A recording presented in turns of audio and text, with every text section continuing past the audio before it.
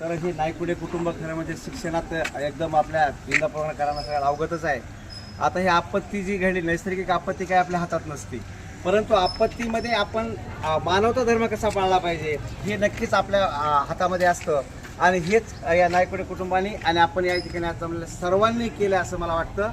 आणि त्यांची टीम अगदी आपल्या बाजूला असलेला माढा तालुका असेल किंवा धाराशिव जिल्ह्यातला परांडा तालुका असेल, त्या ठिकाणी सीना नदीचा एक महापूर प्रलय मोठ्या प्रमाणात आला आणि त्या ठिकाणी जे काही आपल्या मानवावरती किंवा समाजातल्या काही घटकावरती जी काही आपत्ती बेतली गेली आहे, तर त्यांना फुल ना फुलाची पाकळी दीपावली येऊ घातली. आणि दीपावलीच्या ह्याच्यामध्ये आम्ही तुमच्या सोबत आहोत हा एक मंत्र देते. हा खरा मानवता धर्म नायकुडे कुटुंबानं आपल्या इंदापूरकर पाळतात असं मला वाटतं. त्यांना मनापासून शुभेच्छा.